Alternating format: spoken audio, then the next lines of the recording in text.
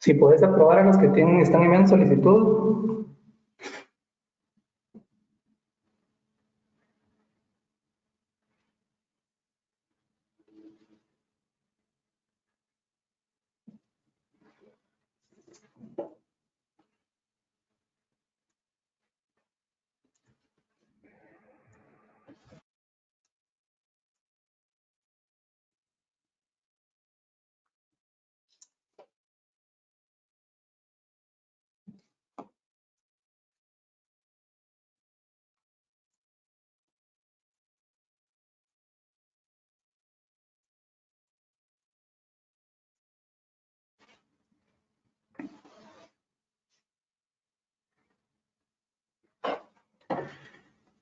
Buenas noches a todos, muchas gracias por estar presentes.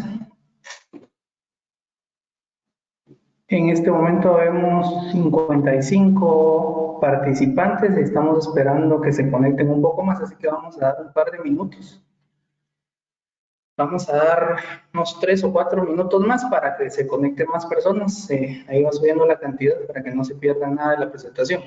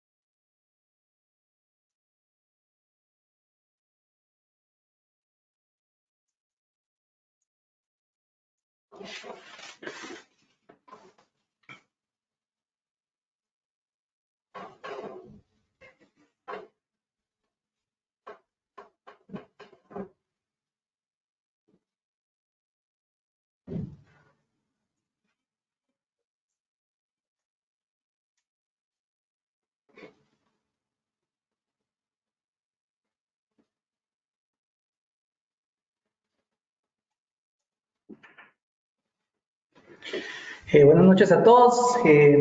Ya vemos casi 70, vamos a iniciar y los demás, algunos han tenido algunos problemas para conectarse, pero vamos a iniciar con los que estemos y los demás que se vayan incorporando.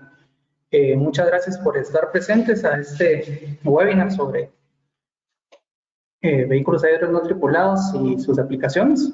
Mi nombre es William Solís, estoy en representación de GIPSA y con la ayuda del ingeniero Daniel Gamboa de IRI Guatemala, pues esperemos que esta presentación sea pues, del agrado y el interés de todos. Esta es la primera de varias presentaciones que vamos a realizar. La próxima semana vamos a hacer unas presentaciones sobre postprocesos, sobre conceptos de GPS geodesia, sobre estaciones totales y algunos otros temas de interés, ¿verdad? Así que estén atentos, yo les estaré compartiendo los enlaces para que se puedan enlazar con nosotros y podamos tener una bonita convivencia y todos aprendamos un poco. Los dejo con el ingeniero Gamboa para que empecemos con la presentación. Al final de la presentación vamos a tener un tiempo para preguntas. Y pues tienen alguna duda sobre los equipos, sobre los servicios o sobre algún tema en específico, pues no duden en escribirnos. Vamos a dejar los teléfonos tanto de el personal, el mío, el de GIFSA y el del ingeniero Gamboa para que puedan resolver sus dudas. Te dejo, Daniel, para que empeces. Muchas gracias, William. Muy buenas noches a todos. Entonces vamos a iniciar con la presentación. Es un gusto para mí poder estar compartiendo con ustedes un poco acerca de, bueno, las experiencias que hemos tenido como empresa y experiencias personales también. El tema del webinar es conceptos básicos de vehículos aéreos no tripulados y sus aplicaciones. Mi nombre es Daniel Gamboa. Ahí tienen mi dirección de correo electrónico. Una pequeña presentación sobre mí, pues soy ingeniero mecatrónico egresado de la Universidad del Valle. Tengo más de 6 años de experiencia en el diseño y fabricación de vehículos aéreos no tripulados, tanto de ala fija como ala rotativa. Adicionalmente, también tengo conocimientos de GIS y cursé una maestría en Administración de Empresas en la Universidad Landívar. Pues para entrar un poco en materia y contarles un poco acerca de lo que es IDI. IDI es una empresa 100% guatemalteca fundada en el año 2015 que se dedica a la fabricación y desarrollo de vehículos aéreos no tripulados con fines profesionales para atender a las industrias tales como topografía, obra civil, agricultura, medio ambiente e inspección industrial.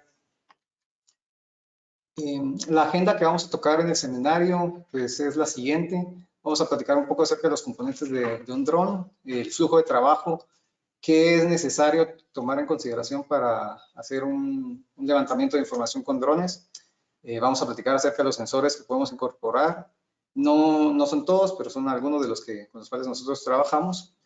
Vamos a mencionar 3 equipos con los cuales trabajamos, que nosotros desarrollamos.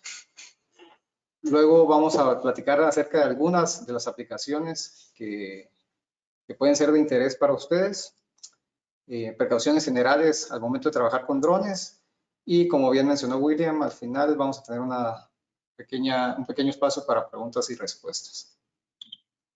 Bueno, entonces, iniciando los componentes de un dron, básicamente este es un multirotor, un equipo de ala rotativa.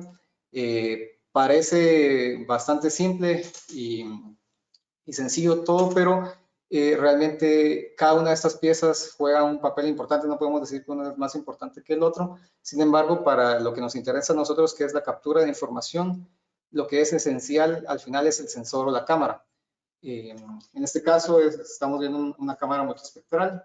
Podemos colocar por algún lugar la batería, la computadora de vuelo que lleva implícito el GPS o el sistema de navegación, motores, en este caso es un cuadracóptero. Podemos hablar de tricópteros, hexacópteros, octacópteros, y las hélices que al final tienen la función de generar el movimiento ascendente o la propulsión, y el marco o el fuselaje del equipo. Este es como les comentaba, es un modelo, el EZMAP, equipado con una cámara multiespectral para realizar inspecciones de cultivos. Ahora vamos a ver los componentes de un ala fija. Al igual que el otro, pues tenemos una hélice y un motor. Todos los equipos con los cuales trabajamos son eléctricos. Eso los hace más seguros y más limpios para trabajar. Igual tenemos el fuselaje o el marco, la computadora de vuelo, el sensor o cámara y la batería. En el caso concreto de este, que es el Explora, nosotros podemos utilizar 2 cámaras en simultáneo mientras estamos volando. Una para inspección frontal, que es la que podemos ver en la parte del frente del avión, y otra en la parte ubicada dentro del fuselaje para captura de imágenes nadir, generalmente utilizada para mapeos. Entonces, con este podemos realizar 2 tomas en un solo vuelo. Luego vamos a revisar un poco acerca de las características técnicas de estos equipos. Y bueno, el flujo de trabajo de el hecho de qué implica trabajar con drones. La primera parte es la parte de la recolección de información en campo. Aquí es en donde entran en juego pues, los drones. Obviamente pueden entrar también temas como GPS, navegadores, para hacer toda la recolección de los datos en campo que nos interesan. Y en algunas ocasiones estos datos crudos pueden ser los resultados finales que nosotros entreguemos, o puede ser solamente una parte de la información que nosotros recopilamos para luego posteriormente procesarla. De este procesamiento nosotros podemos generar ortomosaicos, modelos de superficie, videos georreferenciados, nubes de puntos, por mencionar alguno. Y esto podría ser ya un conglomerado de un conjunto de datos que nosotros podríamos estar considerando como resultados. Sin embargo, en muchas aplicaciones, creo que casi para todas las que vamos a estar viendo en esta aplicación, todavía es necesario hacer un análisis posterior para nosotros lograr obtener cuestiones como curvas de nivel, perfiles, análisis de corte relleno, índices de vegetación, análisis de cuencas, cuestiones de clasificación no supervisada, y de igual forma por mencionar algunos, ¿verdad? Entonces, esto es bien importante a considerar, que realmente el dron solamente es una parte de toda la cadena de trabajo que implica el trabajar con drones. En algunos casos nos dicen, bueno, ya aterrizó el dron, quiero ver mi ortofoto. Esto no es el caso. Después de capturada la información, es necesario hacer un procesamiento a veces rápido, a veces muy laborioso de estos datos, para luego ya tener algo que funcione y algo que le sirva a las personas que van a diseñar sobre la información que nosotros capturamos, por ejemplo. Y vamos a ver ahora el tema de sensores. Bueno, con los sensores, los tres principales con los cuales nosotros trabajamos son estos que presento acá. Tenemos el sensor RGB. Este podría considerarse una cámara común y corriente, una cámara como la que podemos tener nosotros en el celular o en una cámara portátil. La particularidad de las cámaras en las que nosotros trabajamos es que son de alta resolución con sensores grandes. En temas técnicos, sensores APS-C o superior. Esto lo que nos brinda es una mayor resolución en la imagen, nos permite volar a una mayor altura sin sacrificar la resolución. Podemos platicar, bueno, vamos a ver a detalle cada uno de estos sensores y qué podemos obtener de ellos. Las aplicaciones principales de la RGB pues son en fotogrametría. Básicamente la fotogrametría en lo que consiste es sacar una sucesión de imágenes con traslape. Esto quiere decir imágenes que al menos el 50% de la imagen anterior contenga la nueva parte de la imagen siguiente. Básicamente es una sucesión de lo que estamos viendo en el suelo, y a partir de eso generamos una reconstrucción tridimensional del entorno. Aquí lo que podemos ver es una nube de puntos de una restitución que se hizo en el puente Belice. Vamos a ver rápidamente este video. Espero lo puedan ver parcialmente o en su mayoría. Me han comentado que a veces hay mucho lagueo, pero aquí lo que estamos viendo, como les comentaba, es un tramo de la carretera, de la ruta del Atlántico, que, como les comenté, fue capturado completamente con un sensor RGB. Se hicieron una sucesión de vuelos para lograr capturar esta información, y el interés principal de realizar este trabajo era la identificación de infraestructura que había sobre la ruta. Por mencionar, contar postes, contar cabinas telefónicas, ubicación de pasarelas, hacer mediciones de banquetas. Este era el interés principal de este trabajo, y como ustedes bien saben, a veces trabajar en un entorno urbano puede ser un poco riesgoso si hablamos de irnos con GPS o con estaciones totales. Aquí la ventaja de utilizar un dron, pues es que en cuestión de, si no estoy mal, estos fueron cerca de 3 kilómetros y realizamos 4 o 5 vuelos con el multirotor para lograr capturar esta información. Estos 4 o 5 vuelos implican nosotros estar esperando en algún lugar seguro y enviar al multirotor a realizar el trabajo. Vamos a detenerlo por ahí, pero para hacerles una idea, y esto que acabamos de ver, seguramente se estarán preguntando, bueno, pero ¿en qué se diferencia esto de, por ejemplo, un video que yo pueda generar? La diferencia acá es que toda esta información se encuentra georreferenciada. Cada uno de estos puntos que ustedes pueden ver acá, o cada uno de estos elementos que ustedes ven acá, son puntos que tienen un lugar en el espacio y están georreferenciados. Entonces eso me permite hacer a mí mediciones. Yo puedo, si tengo el software adecuado, puedo venir a hacer clic en este punto y en este punto y me va a indicar la distancia en la que está, a la que está y la posición X, Y, Z de cada punto que vemos acá. Esto entonces aporta una plantilla de trabajo bastante útil para hacer este tema de identificación de elementos. Saliendo entonces del tema de fotogrametría y de RGBs, vamos a hablar acerca rápidamente de las aplicaciones con sensores térmicos.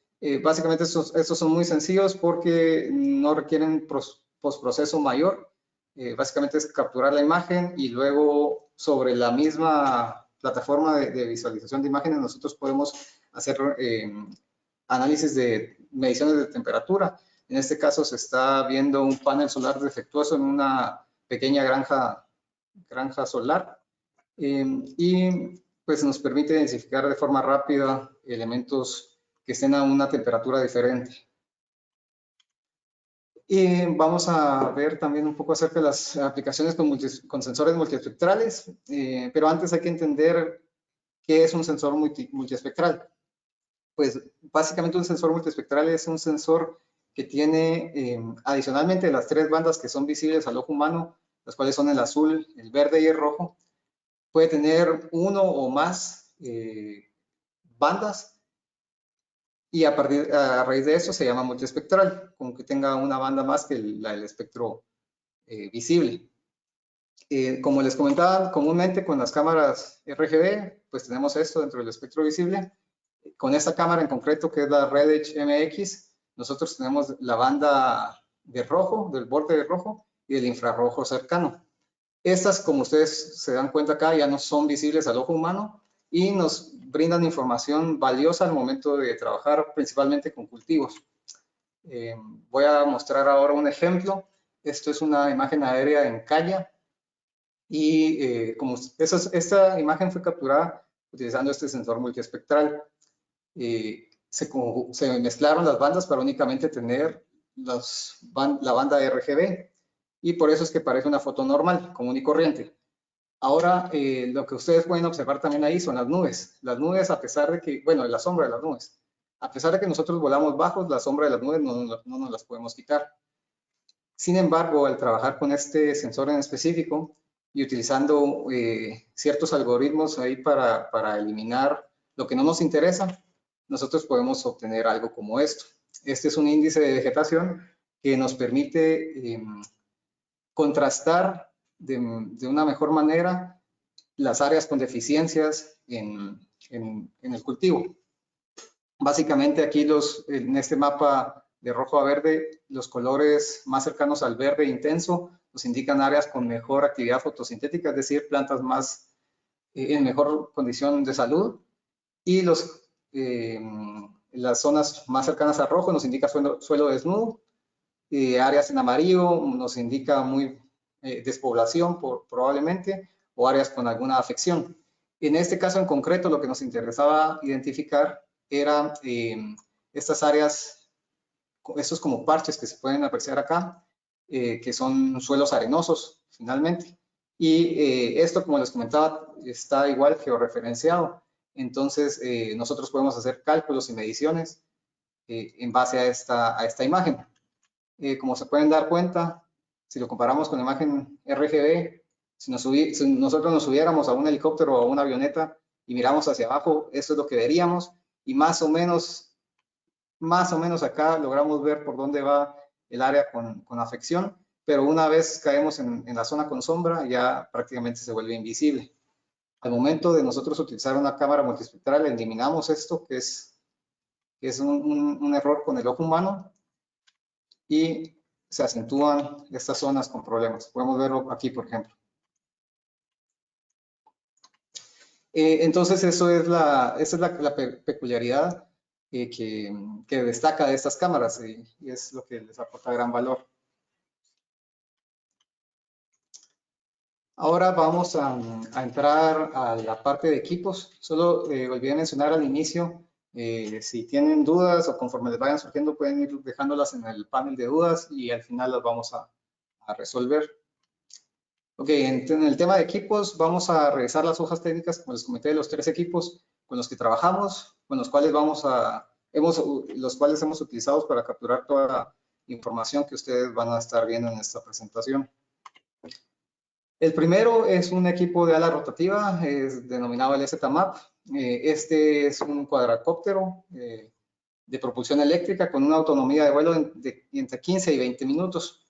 La velocidad de vuelo es de 18 kilómetros por hora y el modo de vuelo pues, que ofrece es manual o automático. Vale la pena destacar que todas las aplicaciones que podamos realizar nosotros con este equipo, todas las funciones de vuelo, las podemos hacer en vuelo 100% automático. Es decir, que nosotros únicamente programamos el plan de vuelo que va a seguir el multirotor antes de llegar a campo. Definimos o diseñamos bien la ruta de vuelo que nos interesa, dependiendo de la aplicación que queramos hacer, y el multirotor despega y automáticamente ejecuta todo y luego aterriza pues solito. La cobertura que podemos tener para mapeo es de hasta 20 hectáreas. Esto depende mucho de la altura, bueno, de los parámetros los parámetros que nosotros definamos para nuestro vuelo. Podemos recorrer hasta 4 kilómetros lineales con una altura máxima de 200 metros sobre el nivel del suelo y una altitud máxima de 3.500 metros sobre el nivel del mar. Tenemos un rango de comunicación que se ve limitado no tanto por las antenas incorporadas en él, sino por la distancia lineal que podemos recorrer. Entonces, el rango de comunicación es de aproximadamente 3 kilómetros. Contamos con un GPS navegador a bordo que nos da una precisión de más o menos 2 metros. Esto no quiere decir que la información que nosotros vayamos a obtener al final va a tener esta precisión.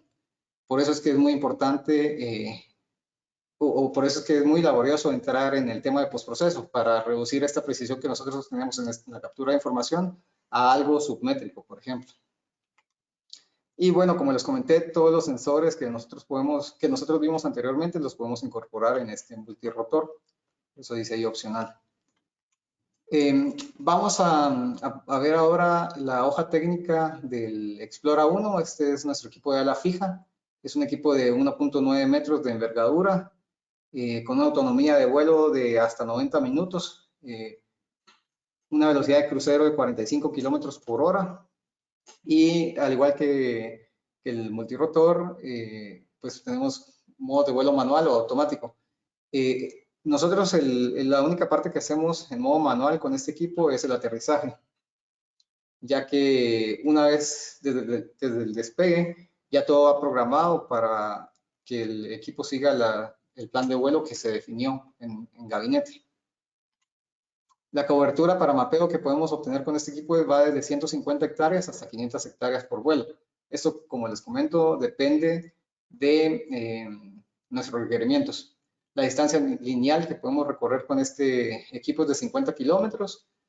Podemos llegar hasta una altura de 500 metros y sobre el nivel del suelo y a una altitud de 4.000 metros sobre el nivel del mar. Podemos tener un alcance de comunicación de hasta 10 kilómetros. Con este equipo obviamente ya no es una limitante la distancia que vamos a recorrer, entonces podemos equiparlo con antenas más potentes. Igual tenemos un GPS de precisión de navegador y compatibilidad con todos los sensores que vimos anteriormente.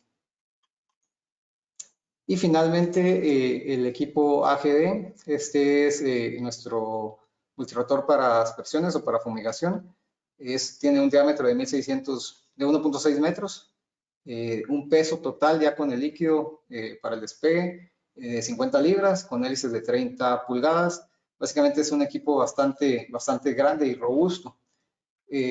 Posee una autonomía de aproximadamente 15 minutos y una velocidad. Aquí, si se dieron cuenta, en los otros equipos, la velocidad de vuelo es fija. Aquí con estos no, la velocidad nosotros la podemos variar desde el control, porque depende de qué tipo de cultivo nosotros vamos a aplicar y depende del producto y depende de un montón de otros parámetros. Entonces, nosotros podemos regular la velocidad a la cual queremos volar. Y al igual que el multirotor pequeño, pues podemos hacer el vuelo 100% automático desde que planificamos el vuelo. Únicamente seleccionamos los parámetros que nosotros queremos y el multirotor despega y aterriza y hace todo el trabajo de forma automática. La capacidad de carga es de 15 litros en este equipo y tenemos un ancho de faja o un SWAT de 2.2 metros. Los rendimientos que podemos obtener con aquí dice 1.2 a 2.6 litros por minuto en la tasa de descarga, y la cobertura para aspersión puede llegar hasta 1 hectárea, aunque igual que con todo lo anterior, pues depende de nuestros parámetros de vuelo. Debido a que las aplicaciones con este tipo de aparatos no requieren elevarnos mucho, pues la altura máxima que está definida por seguridad es de 20 metros. Y el rango de comunicación es de 1 kilómetro, porque igual es para aplicaciones en las cuales nosotros no podemos estar tan lejos por el tiempo de vuelo que nos ofrece el equipo. Y bueno, básicamente como pueden ver, es resistente a salpicaduras, obviamente por la naturaleza de su trabajo. Ahora vamos a entrar ya de lleno a las aplicaciones que podemos hacer con estos equipos que mencionamos antes. Como les comenté al inicio, vale la pena resaltar que no son todas las aplicaciones que se pueden realizar con estos equipos, sin embargo, son de las que me parecieron más interesantes para compartir en el webinar. Entonces vamos a ver ahora una de análisis de riesgos. Esta es en el área de Peronia, de Ciudad Peronia, el deslizamiento que sucedió hace poco. Se cubrieron 20 hectáreas utilizando nuestro multirotor STAMAP. Realizamos 2 vuelos para esta zona y se generaron ortofoto, modelo tridimensional y curvas de nivel del área. Aquí podemos ver el despegue con el piloto de HIPSA, Reginaldo Catalán, utilizando su EasyMap. Y acá podemos observar la ortofoto de la zona. Nosotros estábamos ubicados en esta esquina del campo de fútbol. Bueno, lo que pueden ver en el fondo es la imagen de Google Earth y en un color más vivo es la ortofoto que nosotros generamos. Y estábamos a 54 metros de la zona. Al final voy a mostrar un pequeño modelo 3D de cómo quedó esto para no salirme de la línea de la presentación. Y básicamente, como pueden ver ustedes, estamos en una zona segura para hacer el levantamiento y poder obtener bastante detalle del área en cuestión. Otra aplicación interesante que podemos realizar con estos equipos es el tema de cálculos volumétricos. En este caso se cubrió un área cerca de 10 hectáreas utilizando siempre el EasyMap, el multirotor. Realizamos 3 vuelos y de aquí lo que nos interesaba generar era la nube de puntos. Como les comenté al inicio, esto pues está georreferenciado tanto las imágenes que vienen del equipo como las marcas que se colocan en tierra, los puntos de control que utilizamos en tierra, nos permiten aumentar la precisión que tenemos de todo el levantamiento y facilitar el trabajo en campo. En este caso estamos hablando que las 10 hectáreas de este tema de material apilado se cubrieron en cuestión de 2 horas de tiempo real de trabajo, porque hay mucho tiempo de movimiento, pero tiempo real de trabajo estamos hablando de aproximadamente 2 horas, lo cual facilita el tiempo de levantamiento de información en campo. Y estos son pantallazos de las 9 de puntos que obtuvimos ahí. Otra aplicación interesante que podemos trabajar es el tema de supervisión de tramos carreteros. Lo vimos al inicio de la presentación con el tema de fotogrametría. Esta es una imagen, una ortofoto también del puente de Belice. Y como les comentaba sobre esta ortofoto, aquí no tengo el zoom completo o la resolución completa que puedo llegar a tener, podemos nosotros empezar a hacer digitalizaciones. Y como les comentaba, aquí nos interesaba identificar elementos que estuvieran sobre la vía, postes, cabinas telefónicas, tapaderas, drenajes, pasarelas, etc. Aquí tenemos otro ejemplo. Este es de un camino rural. A diferencia del otro que está en zona 18 o carretera al Atlántico, lo cubrimos con el avión y básicamente con el Explorer nosotros tenemos un rendimiento de hasta 10, 12 kilómetros lineales para mapeos de carreteras. Este es otro mapeo de un tramo carretero en un área rural. Aquí nos interesaba ver las zonas aledañas al eje central de la carretera, entonces se dejó un margen como de 200 metros a cada lado para hacer una inspección de la zona y pasar nuevas líneas de transmisión. Podemos ver aquí, aquí por la escala no se aprecia bien, pero son más o menos 2 o 3 kilómetros de tramo carretero. Y vamos a hacer zoom aquí en esta zona para que ustedes puedan ver la resolución que obtenemos. Y básicamente, como les comenté también, aquí tenemos todo pues, georreferenciado y es una plantilla de trabajo muy potente, porque sobre esto podemos dibujar y básicamente donde estamos haciendo el clic podemos hacer un poleo de la ubicación X, Y, Z de ese punto. Por lo que les comentaba, que todo está georreferenciado. Otra aplicación que podemos mencionar es el tema de análisis de cuencas. Este fue un proyecto que trabajamos en conjunto con GIPSA, un área relativamente grande de 100 kilómetros cuadrados. Ese igual se trabajó con el equipo de ala fija, debido a la magnitud del proyecto. Se realizaron cerca de 15 vuelos para hacer el levantamiento completo de la información, que al final los resultados fueron ortofoto, modelo tridimensional y curvas de nivel. Bueno, ¿qué es lo que obtenemos de ahí? Son curvas de nivel a intervalos normalmente de 1 metro, 2 metros o 50 centímetros. En este caso, por la magnitud del proyecto, se trabajaron a 12 a 5 metros de intervalo, y en base a esto, pues nuevamente todo está georreferenciado y todo tiene su lugar en el espacio. Entonces podemos hacer análisis de cuencas en base a esta información. Aquí podemos ver otra de las pequeñas cuencas que se forman ahí en la zona.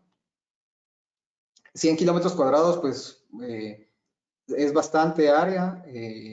Definitivamente con cualquier multirotor se puede cubrir cualquier área, eso es un hecho. El tema es cuánto tiempo nos puede tomar y al final en cuánto tiempo voy a culminar el trabajo, ¿no? Aparte, la distancia en esta zona, como ustedes se pudieron dar cuenta, es una zona bastante montañosa. Entonces no nos podíamos alejar mucho bueno, nos teníamos que alejar mucho, de hecho, de la zona donde estábamos operando el equipo o monitoreando más bien el equipo, porque como les comentaba, se controla de forma automática.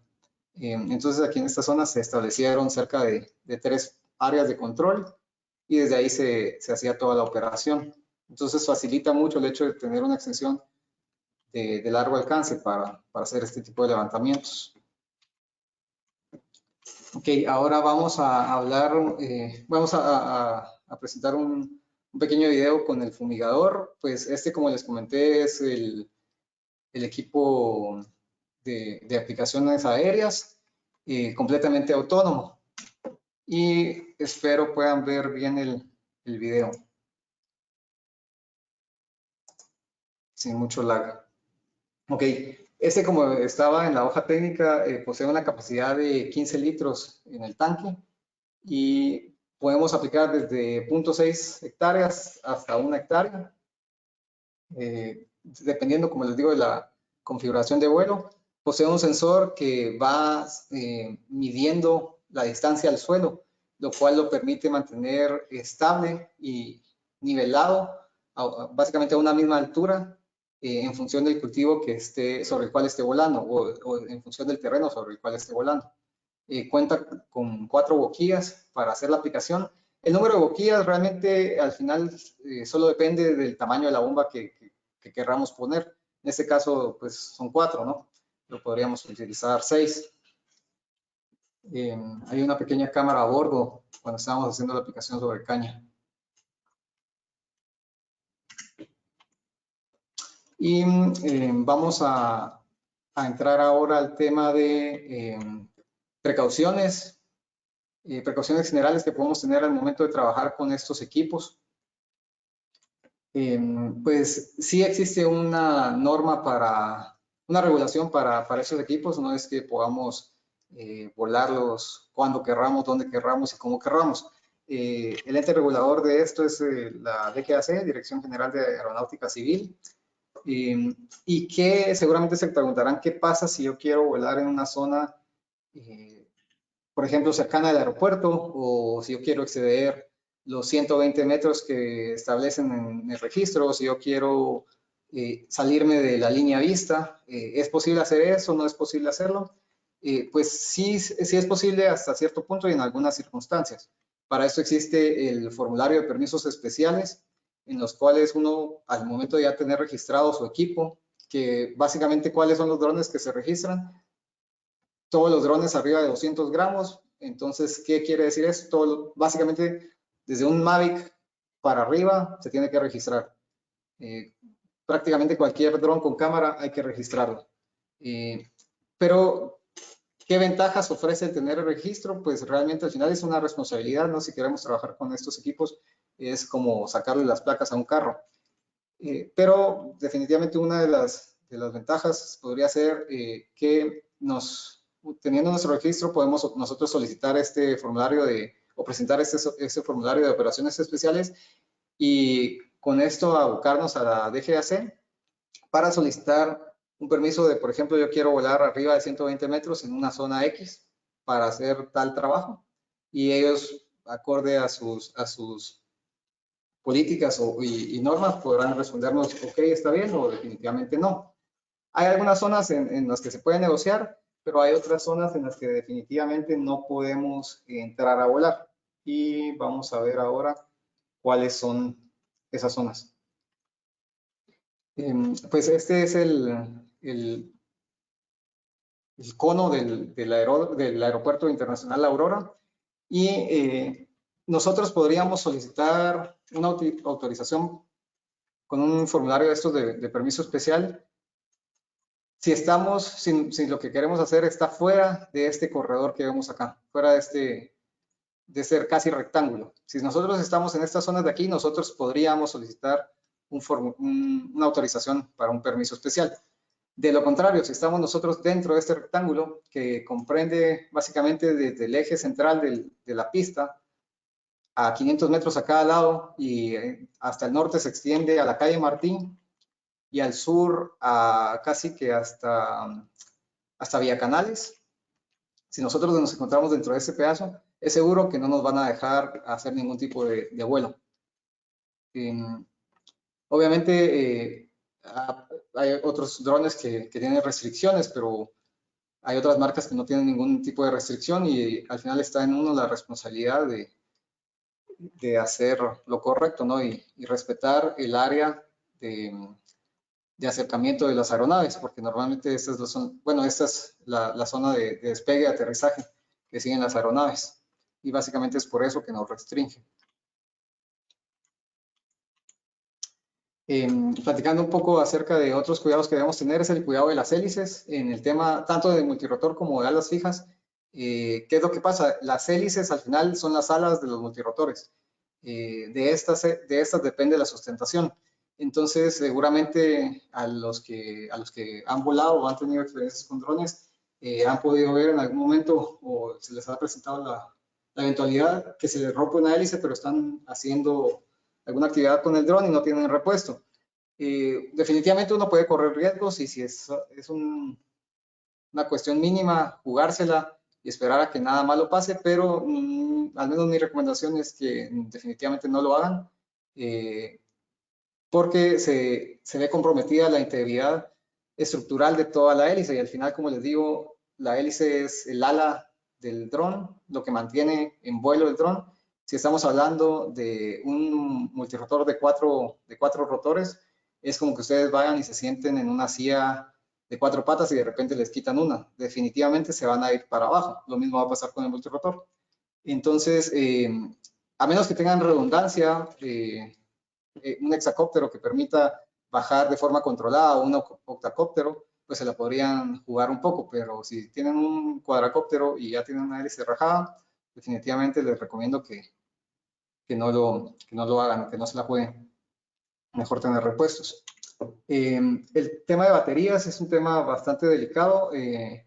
Hoy en día, pues hay muchas baterías inteligentes que ya nos indican los niveles máximos y mínimos permisibles. Siempre les recomiendo que utilicen los parámetros de carga que especifica el fabricante, no exponerlas directamente al sol, almacenarlas en un ambiente fresco y ventilado. De preferencia, utilizar este tipo de envoltorios o de cajas de transporte para cargarlas y para transportarlas, y nunca cargarlas sin supervisión. No, por ejemplo, no dejarlas ahí cargando toda la noche porque pueden producir incendios y si no están cerca, de verdad podría ser un desastre. El tema de motores, pues el tema de motores, normalmente si ustedes son observadores y cuando su equipo está nuevo, prueban a girar cada motor con la mano, se van a dar cuenta que el motor no tiene ningún tipo de fricción, únicamente la que generan los imanes a veces, pero no hay nada que roce, no hay ningún ruido, no hay ninguna, al momento de echarlo a andar, no hay ninguna vibración rara. Si algo de esto empieza a suceder, es muy común que en los motores se meta polvo o tierra. Si algo como esto empieza a suceder, nosotros podríamos utilizar algún tipo de spray de aire comprimido, perdón, para intentar sacar esa suciedad o intentar aspirarlo utilizando una aspiradora fuerte. Pero si esto definitivamente no funciona, les recomiendo que lo lleven a algún centro de servicio para que lo revisen, porque al final nuevamente es parte clave de lo que nos brinda la propulsión en el aire. Y si uno de estos motores falla, pues seguramente nuestro equipo se va a ver comprometido. Y por último, el tema de, para ir terminando, el tema de registro, llevar una bitácora de vuelo, de quién es el responsable del vuelo, en dónde está trabajando, si tenemos que hacer varios vuelos ese día, qué número de vuelo es el que estamos realizando, si tenemos varias baterías, que seguramente es el caso de muchos de los que vuelan, tienen un amplio stock de baterías, llevar un control de qué batería estamos utilizando para darles una rotación adecuada. Si el equipo con el cual ustedes trabajan permite hacer un cambio de sensor, con qué sensor nosotros estábamos trabajando en ese momento. Pues básicamente al final este tema de registro únicamente es para un mejor control y auditoría propia de la institución o de los dueños de los equipos, llevar un mejor control, saber cuándo yo empecé, por ejemplo, a utilizar una batería X que me duró, por ejemplo, 20 ciclos de carga, pero ¿por qué me duró menos si la otra me duró 35 ciclos de carga? Ah, bueno, resulta que esta batería yo la estaba usando, siempre la usé, por ejemplo, cuando había más viento, siempre la descargué más. Cosas como esas pueden influir mucho en el desempeño, principalmente de las baterías. Y esto nos permite dar una trazabilidad de dónde hemos estado utilizando el equipo y por qué algunas cosas nos duran menos y otras nos duran más. Y básicamente con esta, pues yo iría terminando esta parte de precauciones. Voy a mostrar el tema que nos quedó pendiente de los modelos 3D en un momento. ¿Se fue la pantalla?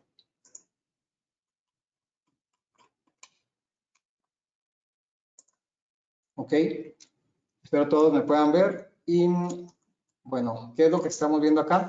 Esto es el modelo tridimensional que vimos de Peronia, el deslizamiento en Peronia.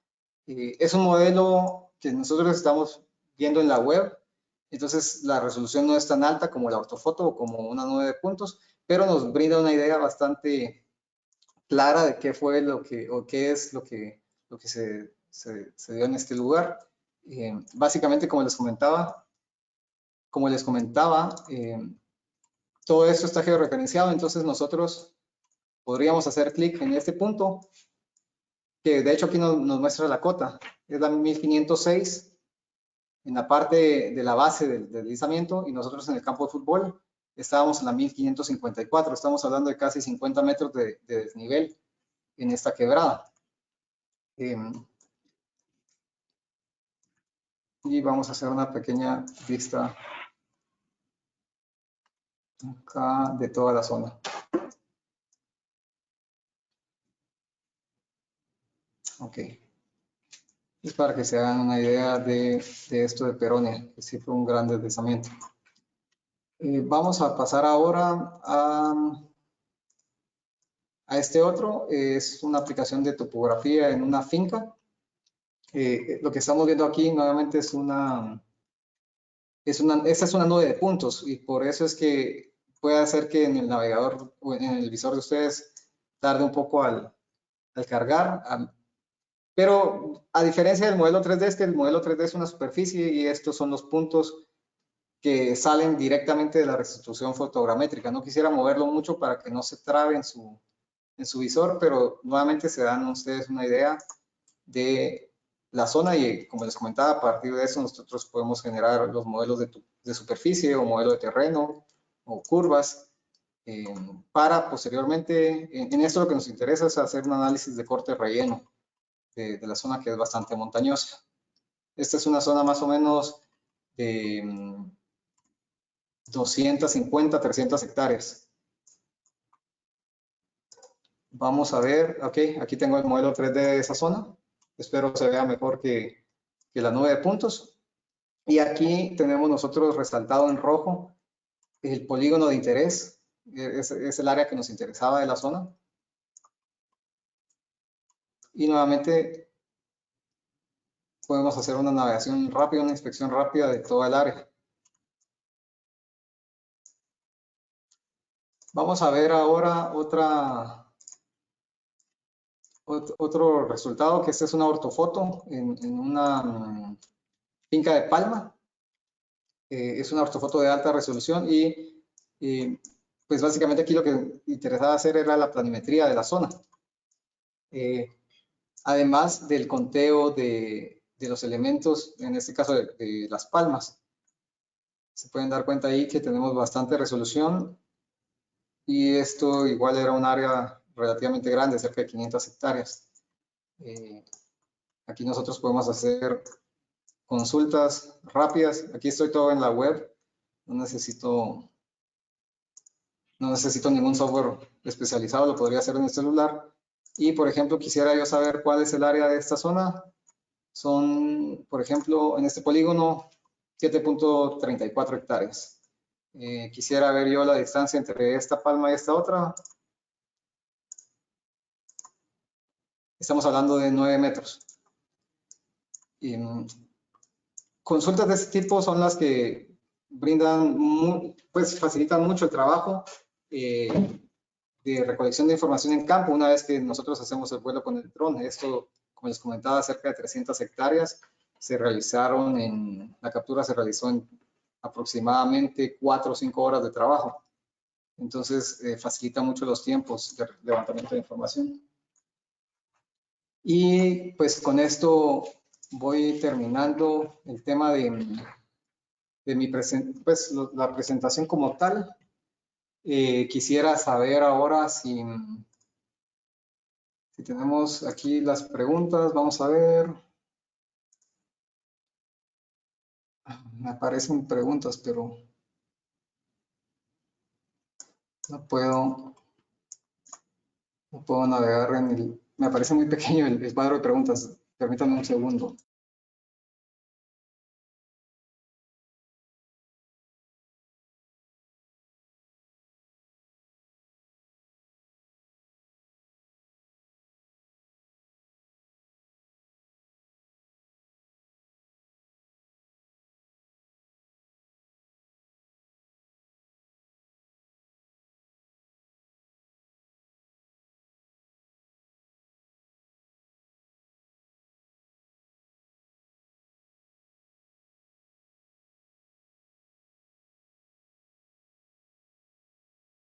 Ya logré resolver ahí el tema de las preguntas.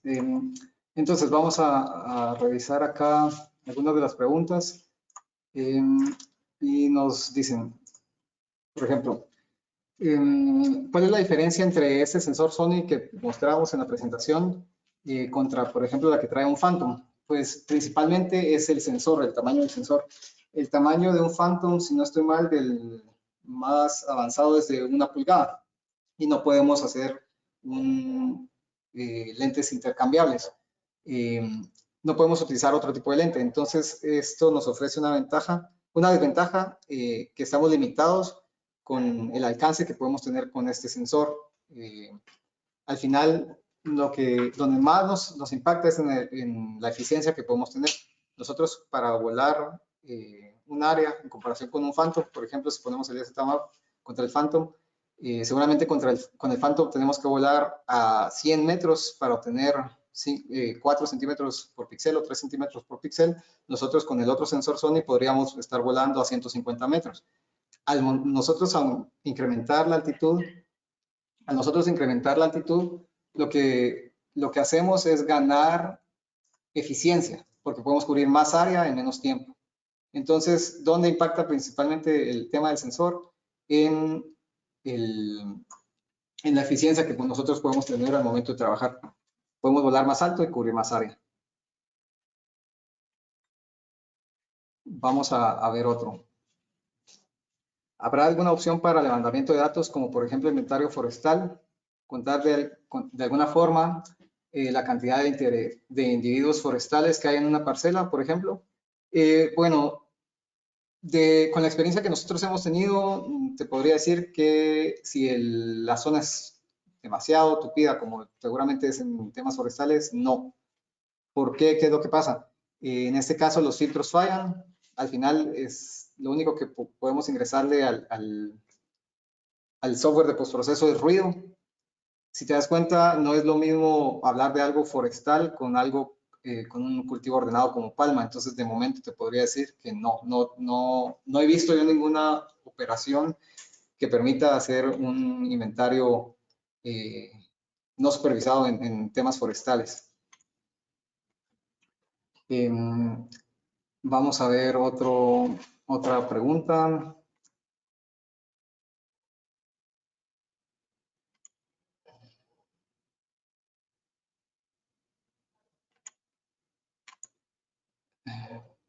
Ok, ¿qué es un parámetro de vuelo? Cuando yo mencionaba, depende mucho de los parámetros de vuelo, la eficiencia depende del parámetro de vuelo. ¿Qué otras cosas? Básicamente estas dos, la eficiencia y qué es lo que queremos obtener. Yo mencionaba los parámetros de vuelo. El parámetro de vuelo al final viene siendo, no lo dictamos nosotros porque nos da la gana hacerlo de la manera que queremos, ¿no? El parámetro de vuelo nos lo dicta la aplicación final que queremos obtener. ¿Para qué necesitamos nosotros los resultados? Por ejemplo, no es lo mismo decir, yo quiero obtener de este lugar solamente una ortofoto, una cuestión planimétrica sin precisión. Esto me da la pauta y quiero identificar únicamente predios. Entonces, en base a esta información, nosotros ya sabemos que no necesitamos tanta resolución, porque lo cual nos permite volar más alto, reducir tiempos y al final sacar el trabajo más rápido. Esto es muy diferente a, por ejemplo, lo que yo les presenté de hacer un levantamiento en el tramo carretero donde queríamos hacer el conteo de activos, de elementos sobre la vía. ¿Por qué? Porque aquí nosotros necesitamos mucho detalle, no nos podemos perder cosas pequeñas. Si yo les hablo de un poste, es un elemento muy pequeño que si yo vuelo más alto o si yo vuelo más rápido o si yo vuelo sin el traslape suficiente, me lo voy a perder. Entonces, en base a estas cosas, nosotros ajustamos nuestros parámetros de vuelo, que viene siendo altura, velocidad de vuelo, traslape, el tipo de sensor que vamos a utilizar para nosotros llegar a los requerimientos que nos imponen los clientes para atender las necesidades. El AGD se puede utilizar para cualquier cultivo. De momento, te podría decir que lo hemos utilizado únicamente en caña y en banano. Se puede utilizar para cultivos planos. planos, te podría decir. En palma también se puede utilizar, básicamente el cultivo donde no hay cambios bruscos de elevación. Si bien es cierto que yo mencioné que el equipo cuenta con un sensor que permite ajustar su altura de vuelo, es para dentro de unos rangos, tiene rangos límites. No podemos ir cambiando, por ejemplo, una montaña con 50, 60 metros de nivel. Ok. Otra pregunta. Toma 2 horas el proceso en campo. ¿Cuánto tiempo toma obtener el cálculo de volumen? Bueno, eso es una muy buena pregunta. Depende de cuántas pilas de materiales hayan. En este caso, como yo estoy encargado de la parte de las ejecuciones de cuestiones en campo, pues nos tomó cerca de 2 horas la recolección de información.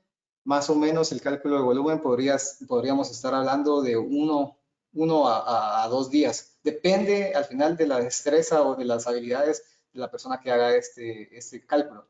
Eso se sale del área que yo domino, pero te podría decir que estamos ahí hablando por lo menos un día de trabajo.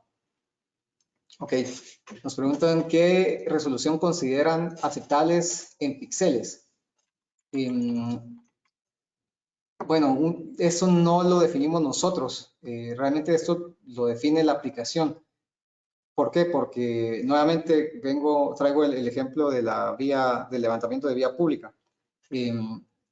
Aquí nosotros necesitábamos, no teníamos que perdernos detalles, necesitamos toda la resolución posible.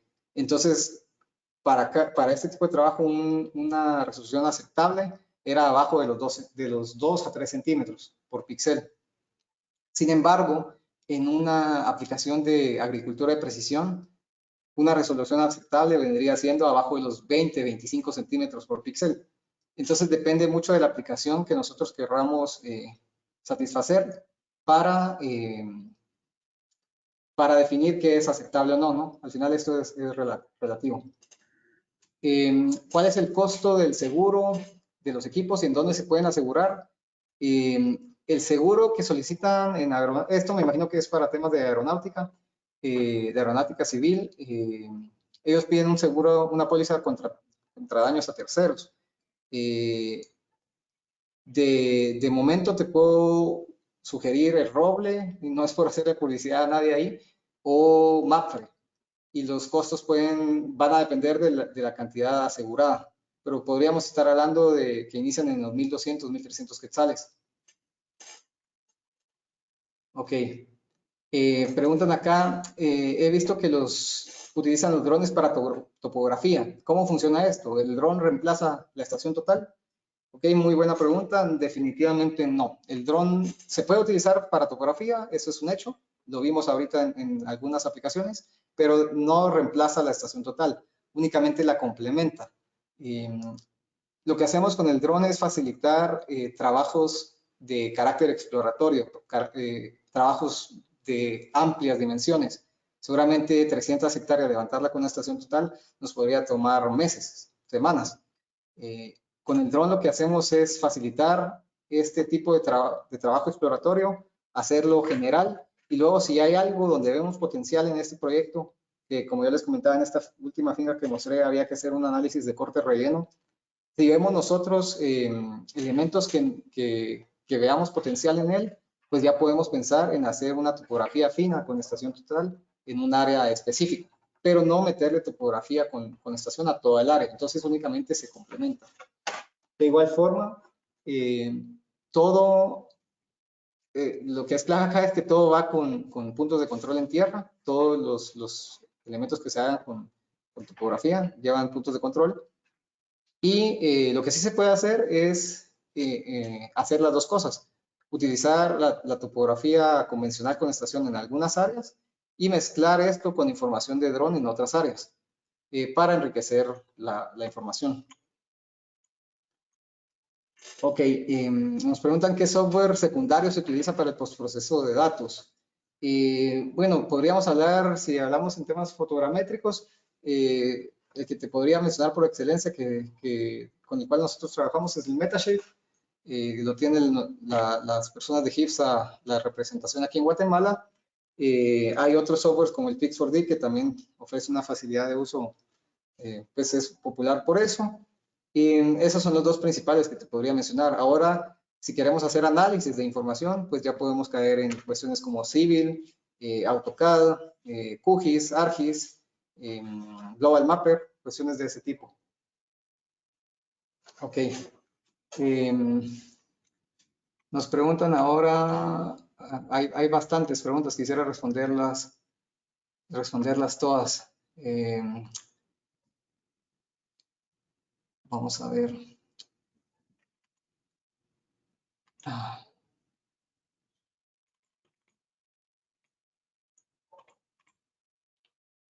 Ok, ¿qué precisión se alcanza ya con las imágenes georreferenciadas sobre puntos de control? Y sí, ¿qué precisión se alcanza ya con las imágenes georreferenciadas sobre los puntos de control? Bueno, esta la elegí, pero no la entiendo muy bien. ¿Qué precisión puede lograrse en elevación, o sea, en Z con el ZMAP? Independientemente si se trabaja con el ZMAP o con el Explora o con cualquiera de estos, podemos lograr una precisión en Z abajo de 5 centímetros si trabajamos con puntos de control. Aquí lo que es clave son los puntos de control para obtener una buena precisión. Bueno, la precisión, si te referís a la precisión que podemos alcanzar con las imágenes georreferenciadas, comparándolas con los puntos de control, ¿cuánto desfase podemos llegar a tener ahí? Estaríamos hablando de abajo de los 5 milímetros. Espero haber entendido por ahí la pregunta. Bueno, ya estamos llegando casi al final del tiempo y no quiero que se pierdan la cena. Pero vamos a ver, se recomienda hacer topografía o fotogrametría con drones de menor capacidad. Me imagino que tal vez se refiere ahí a capacidad de tiempo de vuelo o no sé a qué se refería la capacidad o capacidad de carga, pero definitivamente, como lo mencioné en alguna parte de la presentación, con cualquier equipo nosotros podemos hacer un levantamiento. Nosotros podemos trabajar con el Mavic más pequeño o podríamos trabajar con el AGD que está pensado para hacer fumigaciones, para hacer levantamientos fotogramétricos. Definitivamente se puede hacer. Donde está la diferencia es cuántos vuelos, al final cuánto tiempo yo tengo que invertir en campo para hacer la captura de información. Las personas que tienen cierto conocimiento en esto no me dejarán mentir que si hacemos vuelos en distintos momentos del día, incluso no por mencionar distintos días, pero en distintos momentos del día, hay una diferencia en la tonalidad de las imágenes, en la iluminación de las imágenes al final. Y esto al final repercute en la calidad o en el color final de toda la ortofoto y en algunos casos incluso en la restitución fotogramétrica como tal. Porque el problema que sucede es que levantamos el área A las 9 de la mañana y vamos a levantar otro pedazo del área A las 4 de la tarde, porque así dividimos nuestro plan de vuelos. Entonces esa diferencia, a pesar de que es la misma área, con diferencias de luz, nosotros no tenemos el mismo resultado. Y esto al final pues puede implicar que nosotros tengamos que esperar más tiempo para obtener la información final.